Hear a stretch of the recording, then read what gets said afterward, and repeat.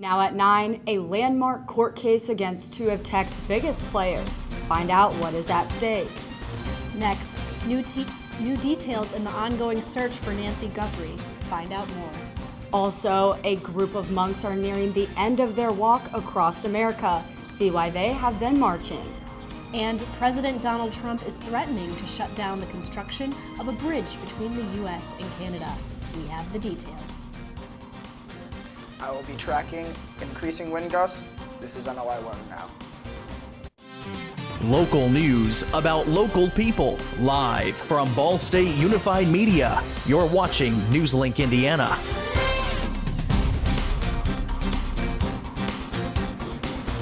Good evening, and thank you for joining us tonight. I'm Lauren Burris. And I'm Tatum Harris.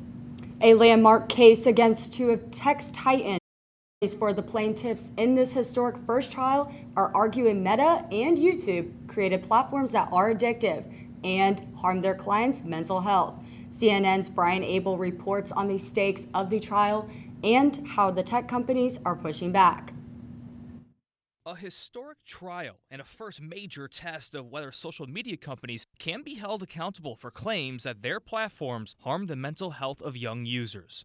Psychologists have said consistently for decades that the younger a child is, the more vulnerable they are to any stressor. The case centers around now 20-year-old Kaylee, who accuses Meta and YouTube of intentionally developing addictive platforms that cause her anxiety, body dysmorphia, and suicidal thoughts after she started using the platforms in early childhood. Her lawyer saying app features such as endless scrolling and the like button create instant dopamine hits that can lead to addiction, describing the swipe motion as the equivalent of a handle of a slot machine, saying every time she swipes, it's not for money, but for mental stimulation.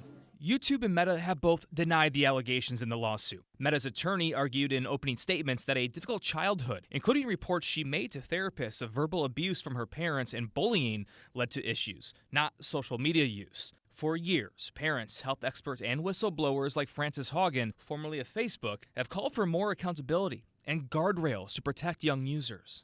For years, these companies have refused to take responsibility for any kind of harm. It makes perfect sense that the playbook would be to blame the victim. The outcome of this trial could have major impacts, with around 1,500 similar lawsuits pending against social media companies. In Washington, Brian Abel reporting. This case may set the precedent for future cases that contain claims of online addictions. It's day 10 in the search for mother of Today Show host Savannah Guthrie. Today, the FBI released new images and video from Nancy Guthrie's doorbell camera from the morning of her disappearance. The images show a person wearing a mask at the 84-year-old's front door. The individual is armed and is carrying a backpack and appears to have tampered with the camera. FBI Director Kash Patel said the Bureau recovered the, quote, previously inaccessible images from residual data located in back-end systems, end quote. The FBI hopes the public can help identify the person seen in the images.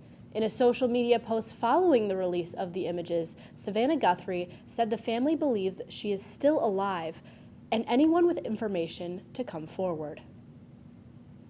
A group of Buddhist monks are about to wrap up their months-long journey across the U.S.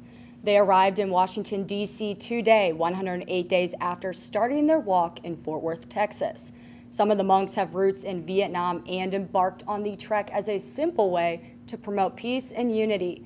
They have made multiple stops along the way and engaged with the public. Let peace bloom and flourish among all of us throughout this nation and the world, so that this world can become the better place for all beings to live.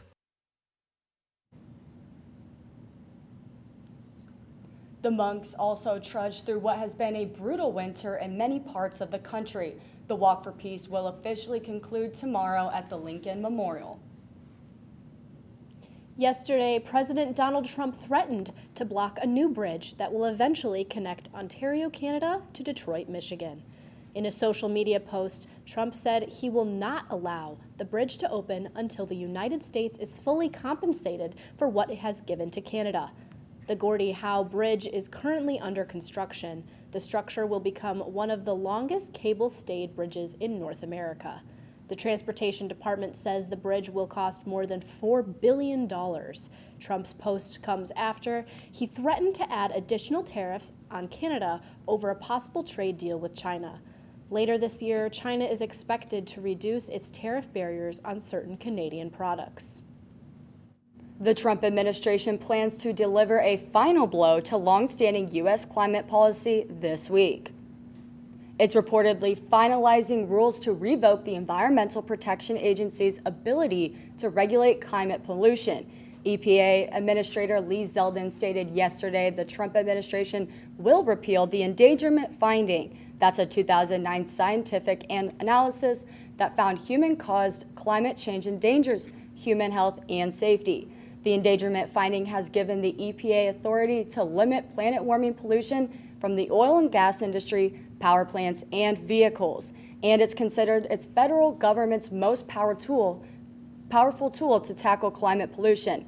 Zeldin called the repeal, quote, the largest act of deregulation in the history of the United States, end quote.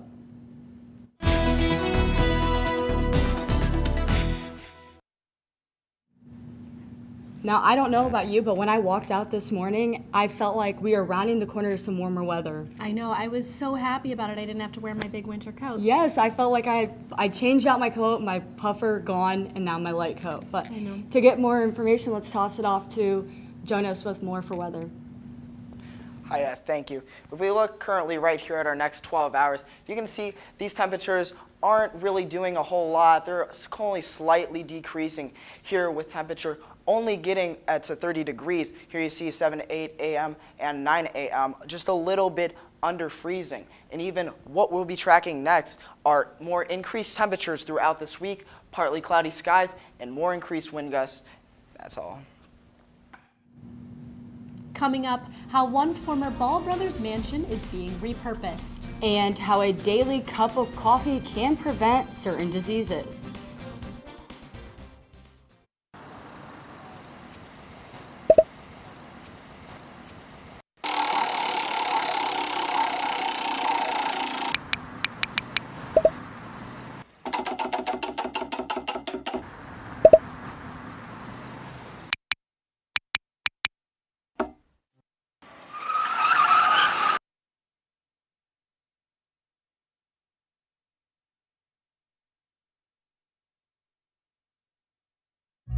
Everyone has a ritual, that small thing to keep us focused. A habit we never skip, to clear our minds and elevate our performance. But what do you do to keep your head in the game? To drown out the self-doubt and support your mental health. Because being your best isn't just about taking care of your body.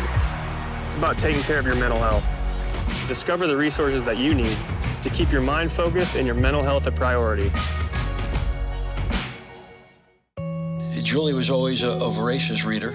She carried 2 novels on an airplane because she'd read one on a 3-4 hour ride. And at some point, I began to notice that she would read a page and couldn't remember what she had just read, and she'd have to go back and read it again.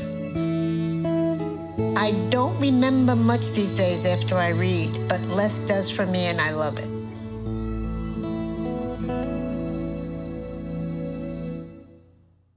Whether it's our stories, the warmth of our laugh, or our family's secret sauce, we all bring something different to the table. So make some space. The power of connection is waiting right outside your comfort zone.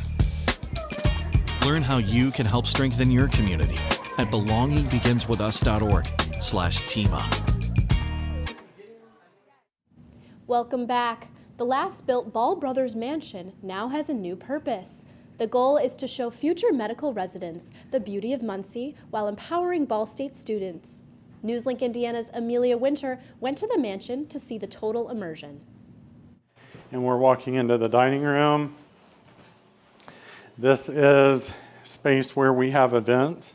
Maplewood Mansion is the former historic home of Ball brother William C., but now it serves as a guest house for medical students that are working in or near East Central Indiana. Behind the scenes, Ball State hospitality and property management students are gaining experience beyond the classroom. It gives them a competitive edge because they're actually working in a business that's owned by Ball State. They're working in a real world business here. And so this is something that they can use to give to future employers and say, hey, you know, I worked and I did this. Before Maplewood Housing opened, Muncie was the last choice for most medical residents among 9 programs. But now property manager David Martin says Muncie is the second choice in the state. A lot of that is because of the partnership with Optimus Primary, the experience that the students have at Ball Hospital, and I like to think a lot of the reason is because of the housing at Maplewood. But Maplewood Mansion isn't just about providing a place to stay. Martin says it's about creating connection. For student workers, that connection becomes hands-on experience with real impact. I find a lot of fulfillment in being able to kind of just share information about the history and the important assets that were left behind by, you know, the Ball Foundation and whatnot. And that hands-on impact is only expected to grow. With future projects planned at Maplewood Mansion, Martin says he hopes to add more amenities and program involvement across Ball State in the mansion. In Muncie, Amelia Winter, NewsLink, Indiana. The Maplewood Mansion immersive experience is ran through the Miller College of Business, but it's open to all majors. To get involved in the program or for more information about the mansion, visit Maplewood Guest House at bsu.edu. That daily cup of coffee is doing more than giving you a jolt. It could also be protecting your brain from dementia. New research shows drinking caffeinated coffee or tea daily is associated with better long-term cognitive health. According to the study published yesterday, those who enjoyed 2 to 3 cups of coffee or 1 to 2 cups of tea a day saw the biggest impact, with midlife coffee drinkers seeing about an 18% lower chance of developing dementia later in life, and 14% of tea drinkers seeing a lower risk. Researchers did not see the same benefits in people who chose decaffeinated options. Drug maker Novo Nordisk has filed a lawsuit against telehealth provider Hims & Hers over alleged copycat versions of its weight loss and obesity medications. The lawsuit filed yesterday accuses Hims & Hers of making compound knockoff versions of the popular drugs Ozempic and Wegovy. Novo Nordisk estimates 1.5 million people in the U.S. are using compound versions of its drugs. When the drugs were in short supply, the FDA allowed compounding pharmacies to make similar medications to fill gaps for patients. But Ozempic and Wegovy were removed from the shortage list last year. The company says that means others must stop producing their own versions. The Danish drug maker also says Hims & Hers is costing it money. Hims & Hers disputes the accusation and says the lawsuit could result in limiting patient access. Hi, I will be tracking increasing wind speeds after the break. After his wife passed, my neighbor Larry started drinking a lot. He was in distress and acting out. He had guns around, and I didn't want anything bad to happen. I pressed pause. Our local authorities filed a firearm restraining order to temporarily remove the guns. It gave Larry the time he needed to get help. It wasn't easy, but we got through it together. Learn more at illinois.gov/pause to heal. Emma, did you hear? Todd's in the hospital. Who's Todd? He got a collapsed lung from vaping. He thought it was cool. Not cool. Promise you won't vape, Emma. It can lead to a lifelong addiction, and we can't be friends if your lungs collapse. Bogus. Wacky sitcom teens aren't the best people to talk to your kid about vaping. Hey, you got a minute? You are. Start the conversation with your child about vaping today. Be right there. Wait. Use the shovel and bucket of water, remember? Drown, stir, drown, Feel? Then make sure it's cool. Where'd you learn that? SmokeyBear.com. Brushed up on some tips before we left. Don't want to start a wildfire, right? Only you can prevent wildfires.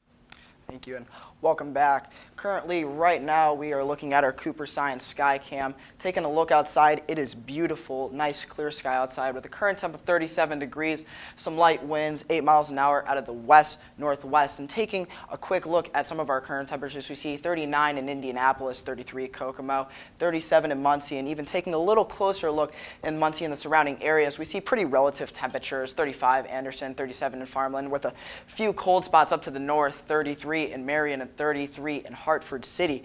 And as well as those temperatures, you're probably realizing those are probably a lot warmer than what we have been experiencing. And you are right. Take a look at these current temperatures that were from the change from yesterday. 12 degrees in Terre Haute, 11 degrees in Bloomington, with some relative temperatures that didn't change much. 2 degrees in Lafayette, 1 degree in Kokomo, 2 degrees in Muncie. And even though they're warmer, I hate to be the bearer of bad news, we are unfortunately dropping down in temperatures tomorrow. 33 degrees in Wednesday.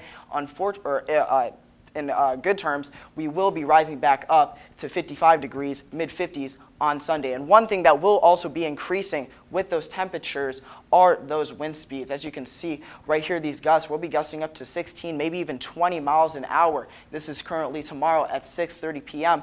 But there we go. Then they will be decreasing then later going into Thursday. And if we take a look at some of the upper atmosphere, you see a lot of these more warmer colors starting to inch their way up to Indiana, which is also bringing us that warm weather, keeping a lot of that cold pool still up to the north in Canada. And actually going forward through this week, we see this little dip here in the air, and this is actually a front or boundary that'll be coming in and across the U.S. that we could see some showers and precip moving across the region as that goes and crosses the U.S. Tonight we're looking at our low at 33 or 30 degrees and current winds at 10 miles an hour to the northwest. Still pretty cloudy, not much going to be there, but that's going to clear up once we go into tomorrow. And even tomorrow, we're still looking at a little bit of cloud coverage, but we still see at our early hours a little bit of that sun peeking through as well as we get to those late afternoon hours. 30 degrees at 8 a.m., 34 degrees at 12 p.m., and 35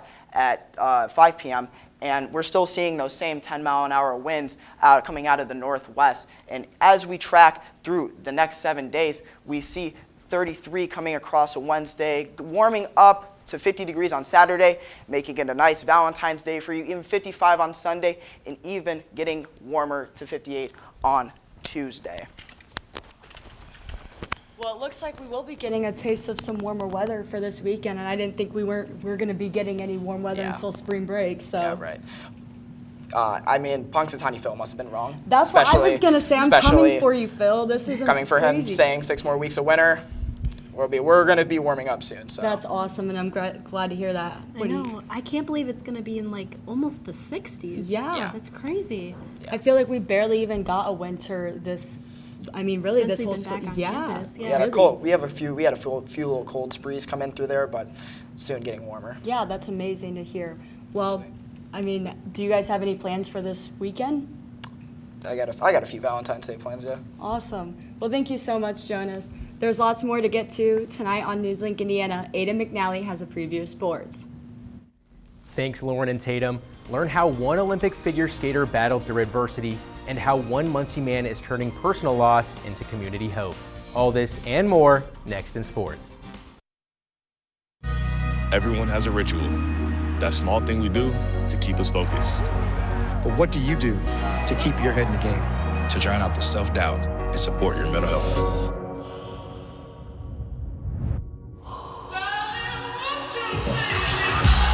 Because being your best isn't just about taking care of your body. It's about taking care of your mind and mental health.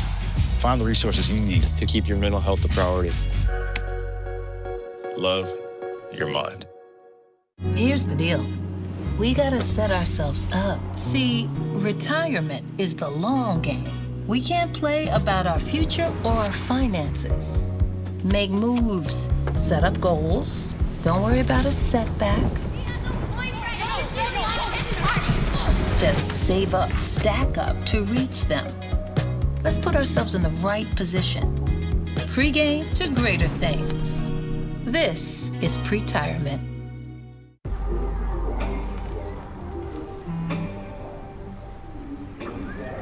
I don't know why you're so sad. You've got a roof over your head. You gotta stop with that depressing stuff. You all right? It just feels like it's coming from everywhere. Do you want to talk about it? You can talk to me if you're feeling sad. Whenever you need to talk, I'm here, okay? I don't think that many kids in my son's school even do it. He makes fun of his friend who vapes. He would never try it. She's into soccer. She's on the honor roll. She's just not the type. No way. No way. No way. No way, my kid would never vape. Get your head out of the cloud. Today, nearly 8,000 kids will start vaping. Maybe even yours. Learn about the dangers at talkaboutvaping.org. Welcome back to NewsLink Indiana. I'm Aiden McNally with sports. It has been a bittersweet Olympics for figure skater Maxim Naumov. Tuesday, he made his Olympic debut in Milan, Italy. Naumov's parents were killed in last year's plane crash outside Washington, D.C. when an American Airlines plane collided with a Black Hawk helicopter over the Potomac River. 67 people died. Vadim Naumov and Evgenia Shishkova were coaches at the Skating Club of Boston. They died along with other members, including 2 skaters and their mothers.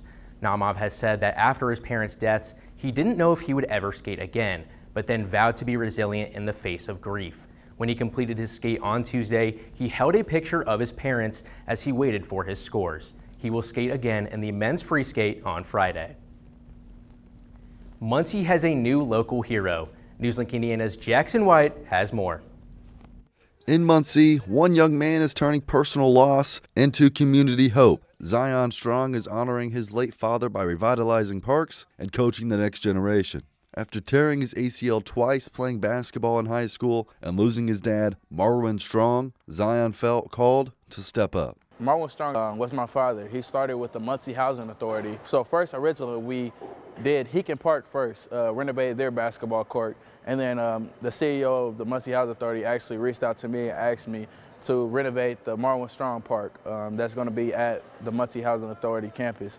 In addition to community service, Zion has now taken over as the 8th grade basketball coach at Northside Middle School. His focus isn't just wins, it's turning the kids into young leaders. Once I started this opportunity, I told these kids, we can lose every game of the season, but if I don't help you guys to become a greater man and a greater person each and every day, then my job has failed. With all this being said, Zion is now focusing on transforming Munciana Park into Marwin Strong Park, a youth development campus with new courts, lights, and more, with his goal being to uplift his community. All the money is going towards construction, everything that's going to be built at the park. I'm going to be putting new basketball goals, new artists, just doing it all. So Marwin Strong Park will be a youth development campus, not just a park, a youth development campus. Through his clothing brand Forever Lasting and nonprofit Superior Inc., Zion's mission is bigger than Muncie. Forever Lasting and Superior Inc. is going to shock the world. I'm not just saying Muncie community, I mean the world. And we're here to uplift the world together to be able to teach people how to inspire, overcome, and persevere. In Muncie, Jackson White, NewsLink, Indiana. Taking it to the greens, Ball State men's golf was back in action this week after a winter hiatus. 6 Cardinals would make the trip to Dade City, Florida for the Lake Javita Invitational. Ball State would be led by freshman Brody Sorrell, who is playing as an individual, and his 8-under effort, which was good enough to tie for 3rd. The best placing card for the team score would be Sorrell's high school teammate Luke Johnston, whose 6-under par score earned him a 10th place finish. As a team, Ball State would wrap up the tournament in 9th. They'll be back in action the week of March 15th at the Seminole Intercollegiate at Tallahassee. Now, I think it's really cool to see someone making such an impact in our community, especially at such a young age. I mean, he's our age. Yeah, that's crazy. And not only that, he's doing things for the community and getting some renovations for courts. I think it's amazing. And not only just Zion, but Maxime as well. They're both taking such a tragic loss and doing something greater with it, which I think is awesome. Yeah, it's so beautiful to watch people turn things around. Well, thank you so much, Aiden. Coming up, Paramount CEO is continuing a strong push to acquire Warner Brothers. And we have one final look at your weather. Stay with us.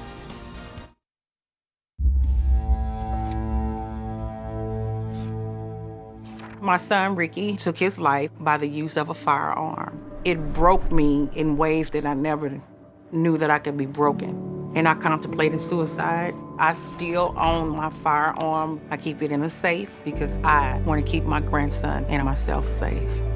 Store your gun securely, locked, unloaded, and away from ammo.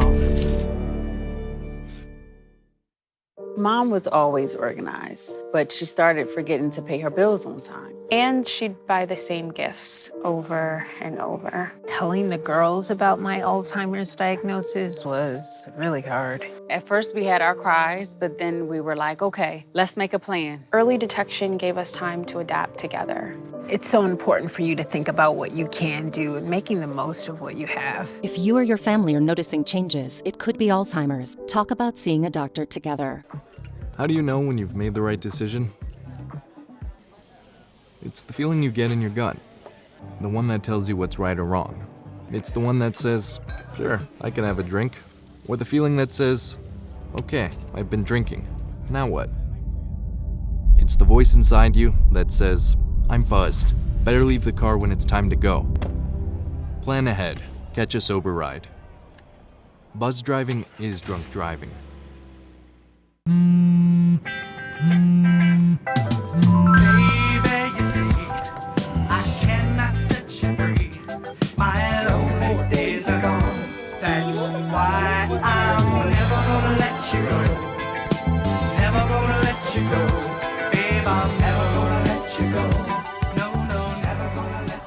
Here you go. Thank you. Thank you.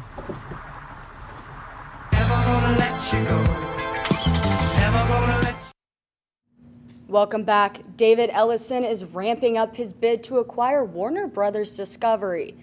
Now, Paramount says it will pay WBD shareholders $650 million for each quarter its deal with Netflix is not closed. That offer starts next year. It is intended to hedge uncertainty around obtaining regulatory approval, which could take months or years. Paramount is also offering to pay WBD's $2.8 billion termination fee for canceling its ink deal with Netflix. WBD's management has rebuffed Ellison's offers in the past and stood by its $83 billion Netflix deal. But it's a hostile takeover attempt and shareholders will get the final word. They're expected to hold a special meeting in late March or early April. Could we get more on the weather for this week? Yeah, absolutely. So looking more for the weather this week, as you can see, we're still starting with that low of 33, starting at low temperatures, 33 degrees on Wednesday, but slowly working our way up to 50 degrees on Saturday, making it a very nice Valentine's Day, even 55 on Sunday with just a little bit of chance of rain, 40%, and making it even warmer towards 58 on Tuesday.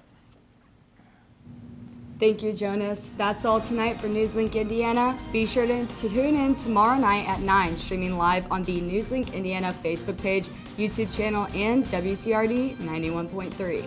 And for news anytime, anywhere, just go to cardinalmediabsu.com. Have a great night and stay safe.